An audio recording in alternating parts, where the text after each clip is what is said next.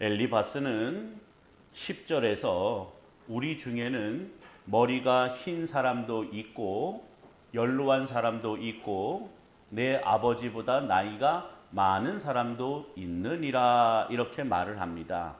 우리가 지금 욥기서를 15장까지 살펴보고 있는데 욥을 위로하기 위해서 찾아온 욥의 친구들은 모두 3명이었어요. 맞죠? 엘리바스와 빌닷과 소발이었습니다. 그런데 이 중에 누가 머리가 희었는지 누가 욥의 아버지보다 나이가 많은 사람인지는 알 수 없지만 엘리바스는 지금 나이를 권위로 내세워서 욥을 굴복시키고자 하고 있습니다. 즉 나이 많은 사람의 말을 들으라는 겁니다.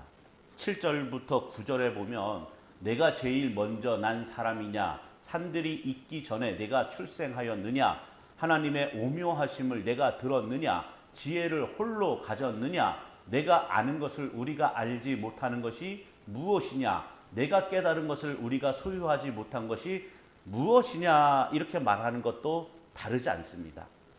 엘리바스는 욥이 자신들의 말을 고분고분하게 듣지 않을 것을 알았을 겁니다. 그래서 욥을 낮추어 말하고 나이를 언급하면서 자신들이 욥보다 더 나은 위치에 있다는 걸 내세우고 있는 겁니다. 내가 너보다 나이도 많고 살아온 세월 동안 깨달은 지혜도 너보다 나은데 그렇다면 내 말을 듣는 것이 당연하지 않느냐 이렇게 권위를 내세워서 욥을 굴복시키고자 하는 겁니다. 우리도 이러한 장면을 많이 경험합니다.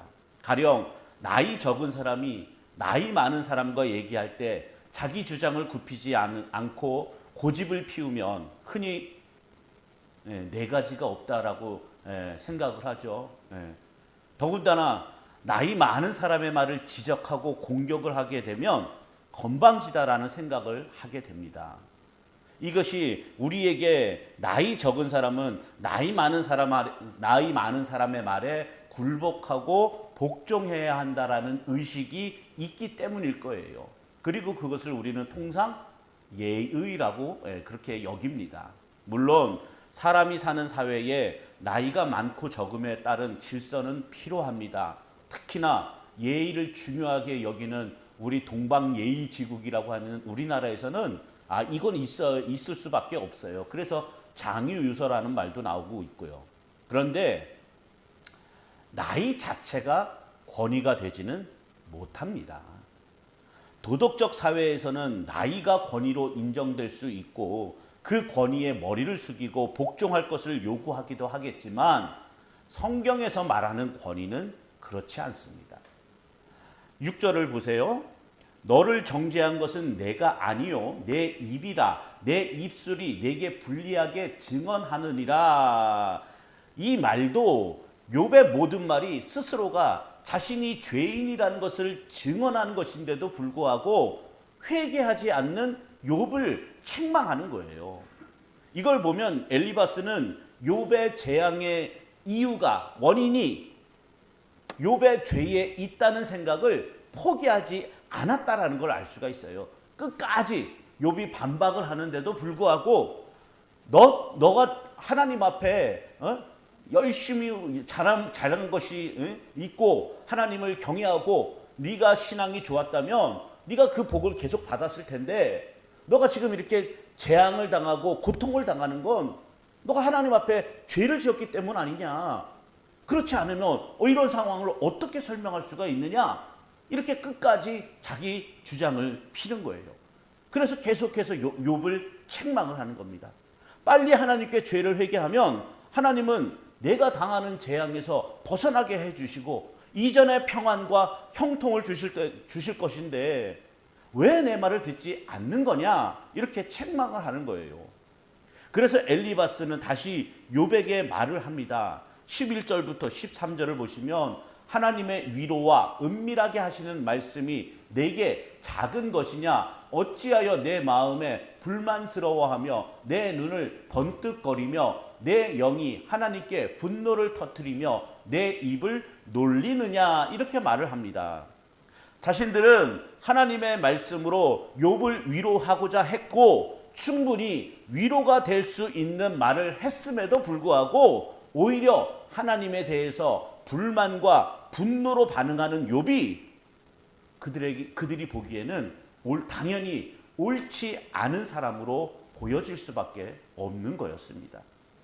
지금의 우리에게도 하나님을 향해 분노하고 불만의 말을 하는 것은 비신앙적인 행동으로 불신앙인 것처럼 보여지기 쉽상이죠. 오히려 불만과 불평이 있을 수밖에 없는 상황이라 할지라도 하나님의 은혜를 깨닫고 그로 인해 감사하며 기뻐하는 것을 신앙으로 여기고 있는 현실이에요. 그런 점에서 사실 하나님을 향해 분노와 불만의 말들을 쏟아냈던 욥의 말들은 욥의 신앙을 의심하게 할 만한 아주 충분한 요소가 될 수가 있는 거였습니다. 누구나 부러워할 만한 삶을 살고 있을 때는 신앙이 좋은 사람처럼 보였는데 막상 재앙과 고통을 당하는 현실 속에서는 하나님 앞에 불만과 불평의 말을 내어놓는 그런 불신앙의 모습을 보이고 있기 때문이에요. 그렇기 때문에 욥보다는 엘리바스의 말에 우리가 더 동의가 될 수도 있는 겁니다. 하지만 엘리바스도 욥에 대해서는 더 깊은 말을 할 수가 없습니다. 이어지는 14절부터 16절까지 말씀에 사람이 어찌 깨끗하겠느냐, 여인에게서 난 자가 어찌 의롭겠느냐, 하나님은 거룩한 자들을 믿지 아니하시나니 하늘이라도 그가 보시기에 부정하거든. 하물며 악을 저지르기를 물 마신같이 하는 가증하고 부패한 사람을 용납하시겠느냐, 이렇게 말을 합니다. 아마 하나님을 믿는 사람이라면 누구나 말할 수 있고 누구나 안다라고 할 수 있는 일반적인 지식에 의한 말이라고 할 수가 있어요. 엘리바스는요, 욥이 자신들의 말에 굴복할 생각이 없다는 것을 알았을 겁니다. 어떤 말도 욥이 받아들이지 않을 것이라 생각하고 결국 나의를 권위로 내세우는 겁니다. 자신의 말에 굴복하지 않는 욥의 태도를 하나님을 내세워서 누르고자 하는 거예요. 지금 너의 태도가 하나님 보시기에 부정하고 가증하며 부패한 것이라는 생각으로 욥을 누르고자 하는 겁니다. 권위는요, 어떤 목사나 장로, 권사라는 이런 직분에 있는 것도 아니고요, 나이에 있는 것도 아니고 사회적으로 높은 직책에 있는 것도 아닙니다. 권위는 오직 하나님의 말씀에만 있습니다. 그러니까 하나님의 말씀이 바르게 선포되고 말씀에 복종되는 것으로 권위가 증거가 되는 거예요. 우리가 잘 아는 말씀에 잠언 16장 31절에 백발은 영화의 면류관이라 공의로운 길에서 얻으리라, 이렇게 말씀을 합니다. 백발이 영화의 면류관이라는 건 백발이 곧 권위의 증표라는 뜻이 아니에요. 다시 말해서 나이가 많다는 것이 권위가 아니라는 겁니다. 백발은 세월의 증거예요. 권력으로도 돈으로도 세월을 막지 못합니다. 나이가 들어 백발이 되는 것을 막을 힘이 없는 거예요. 그 말은 세상 모든 만물이 하나님의 다스림에 복종되고 있는 것이고 우리는 백발을 보면서 그 사실을 실감하게 되는 겁니다.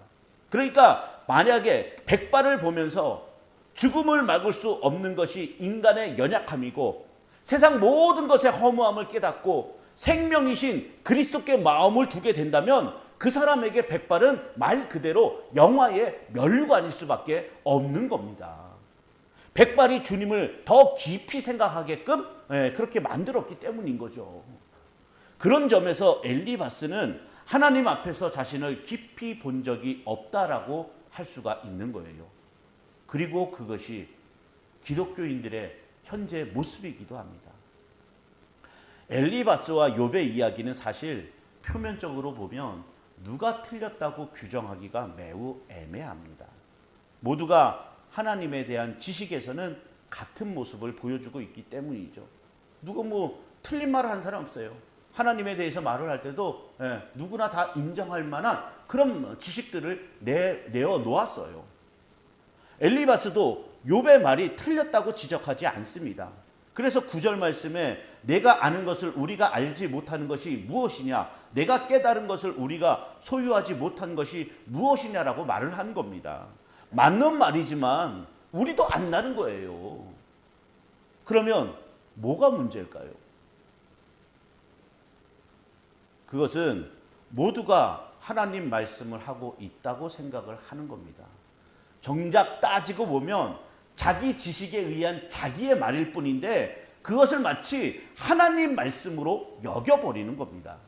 그러니까 욥이나 친구들 역시 서로 자기가 옳다는 것만 주장을 하지 말씀에 굴복하고 말씀에 복종하는 모습은 보이지 않는다는 거예요. 그처럼 하나님의 말씀을 전하는 본인이 말씀의 권위를 생각하지 않고 그 권위에 복종한 경험이 없기 때문에 결국 나는 하나님의 말씀을 전한다, 그러니까 너는 내 말에 복종해야 한다, 이런 식으로 자신이 주도권을 갖고자 하는 거예요. 그것을 욥과 욥의 친구들을 통해서 우리가 보게 되는 겁니다. 따라서 우리가 누군가에게 복음을 전하거나 전도를 할 때요, 내가 하는 말은 하나님의 말씀이니까 내가 하는 말은 들어야 한다, 이런 자세를 우리가 버려야 하는 거예요. 하나님의 말씀을 전했는데 듣지 않는다면 그건 하나님이 조치할 문제이지 엘리바스처럼 하나님의 말씀인데 너 왜 안 듣느냐 이렇게 공격할 이유가 되지 못하는 겁니다. 왜냐하면 하나님이 일하고 계시기 때문인 거예요. 그리고 말씀은 살아있고 활력이 있습니다. 히브리서 12장이 나오잖아요. 아니 4장 12절에 나오잖아요. 이 말씀은 말씀 자체가 능력이고 역사를 이루신다는 뜻이에요. 말씀이 택한 백성을 찾고 말씀에 복종하도록 역사하시는 거예요. 그래서 믿는 사람은 상대방을 굴복시키기 위해서 대화를 하면 안 됩니다. 본인이 깨닫게 된 말씀을 깨달은 만큼만 내어놓으면 되는 거예요. 그 말을 받아들이든 반대를 하든 그건 말씀이 하실 일이라는 거예요. 복음을 전할 때 받아들이지 않는 사람들이 있어요. 그럴 때 복음을 전하는 사람은 답답해 죽을 맛입니다. 저도 이런 경험을 아주 많이 했어요. 특히나 믿지 않는 사람들이 복음을 거부하는 건 당연해요. 그런데 믿는다고 하는 사람들이, 예배당에 나와서 예배를 드린다고 하는 사람들이 복음을 거부하는 걸 볼 때 정말 답답해 죽을 지경입니다. 지금 코로나 요번에 그 확산에 제일 선봉했었던 게 그 상주 열방센터잖아요. 인터코.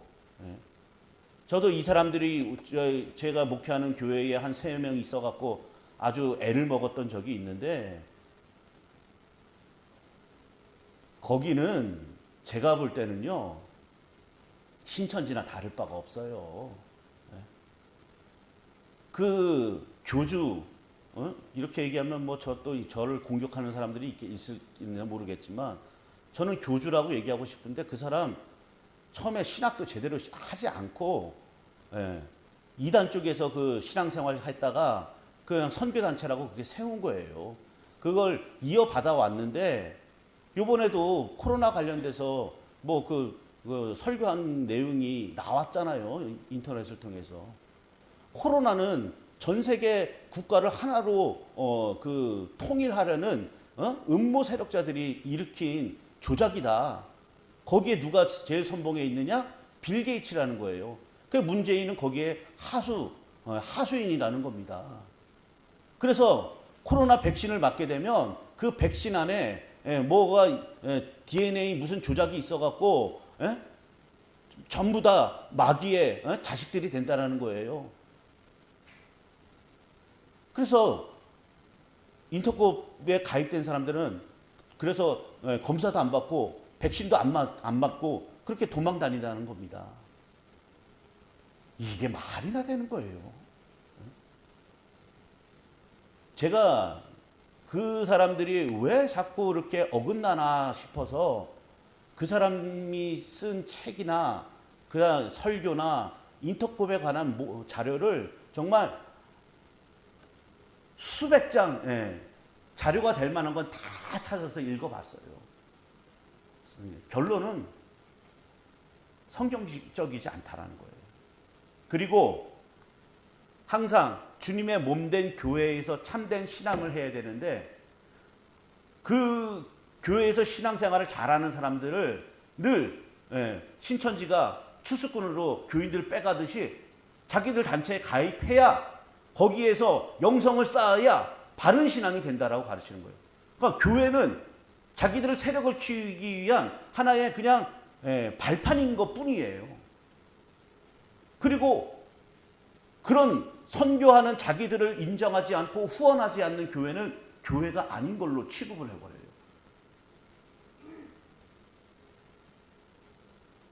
그래서 저는 그 단체에 가입하지 말라고, 아예 참석을 하지 말 것을 권유를 합니다. 아니, 제가 목회하고 있는 그 교회에서만큼은 절대 인터콥이라는 선교단체, 물론 우리 아주 신천지는 출입 금지라고 저희가 해놨지만 인터콥도 마찬가지로 저는 절대 교회 출입을 허용하지 않았습니다. 여러분들 혹시나 어디 가서 인터콥이라는 사람들 우리 선교하는 단체라고 하면 무시해 버리시기 바랍니다.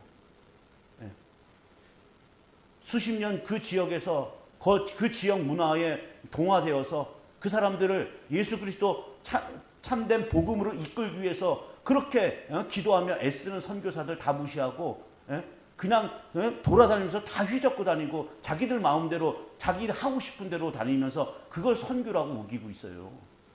그것도 신학적인 근거도 없이 전혀 백투더 예루살렘 이런 말도 안 되는 그런 주장 피면서 그렇게 다니고 있는 사람들이에요. 그런 사람들, 그런 교인들을 앞에다 두고 권사님, 집사님, 복음이란 그런 게 아니에요. 하나님 말씀이란 그런 게 아니에요. 선교는 꼭 외국 나가서 믿지 않는 나라 가서 예수 믿으라고 하는 것만이 선교는 아니에요. 그런데도 못 알아들어요. 이미 거짓된 교리, 거짓된 사상에 빠져들면 참된 복음이 받아들여지지가 않는 거예요. 얼마나 답답합니까?